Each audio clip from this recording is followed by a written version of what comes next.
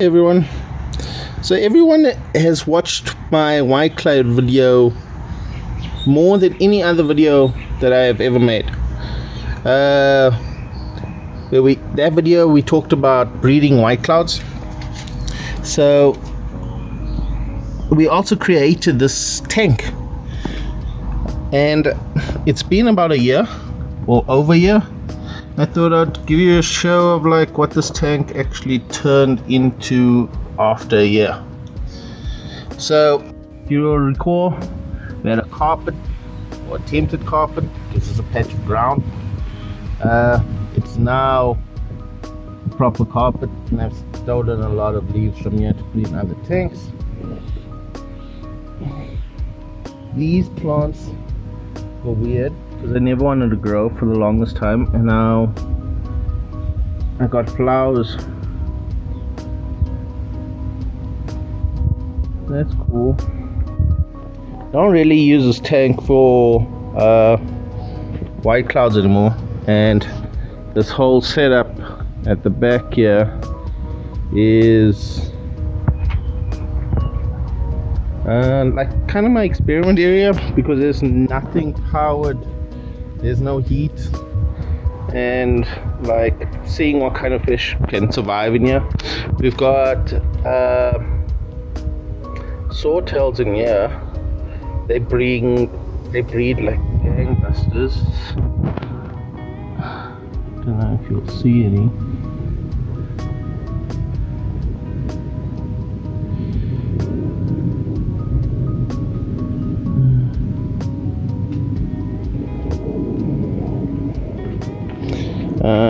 This bucket, the idea was I had 2 buckets, both of them without plants to begin with, and this one turned into like a bunch of green water.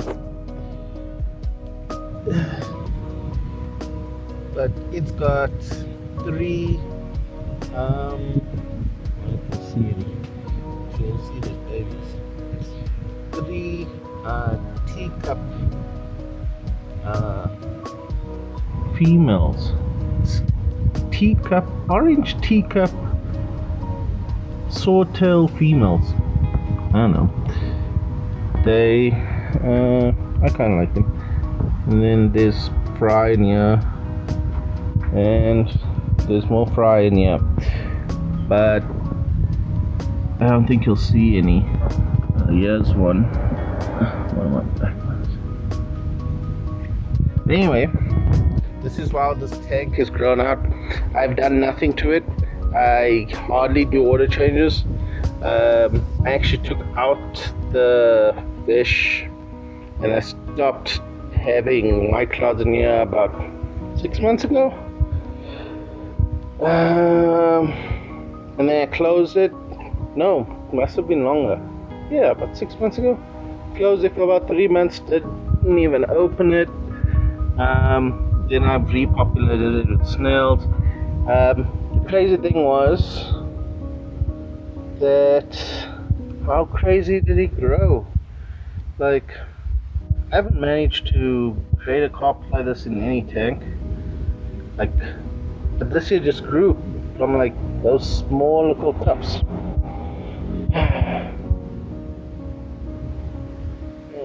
Nothing beats sunlight, right? Like, check out these things. Like, this plant is the same plant as this plant,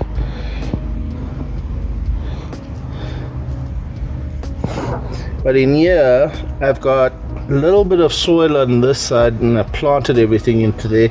But this over here is all just rocks and not really any substrate.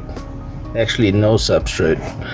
It's just rocks, and like literally you can look all the way down and there's no substrate on the side,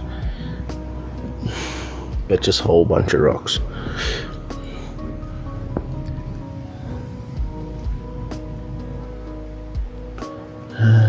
Anyway, thought it would be cool to show you guys like an update of what this turned into.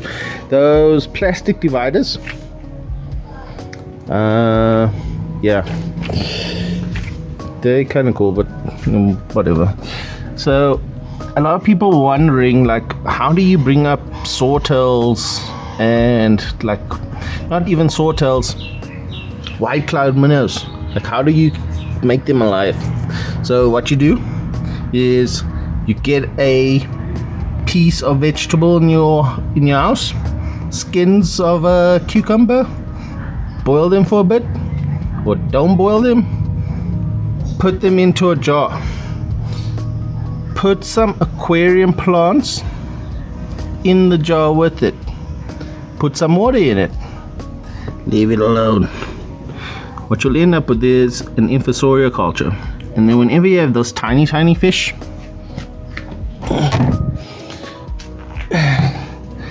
you use this to feed.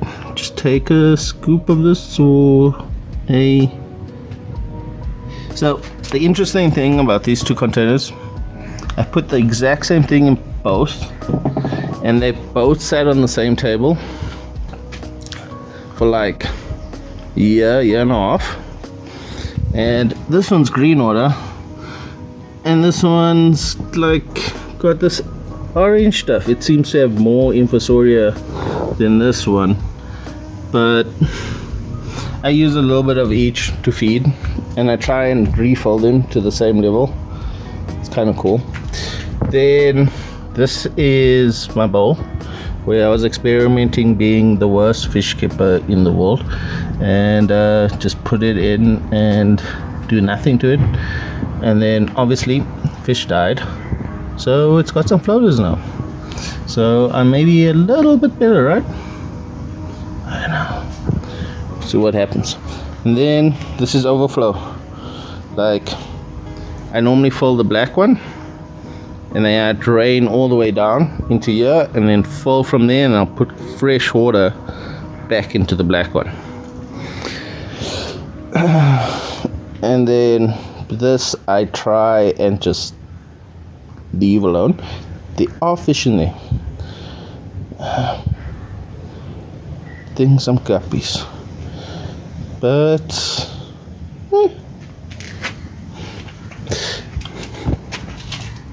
anyway, guys, that's the update on what's going on outside.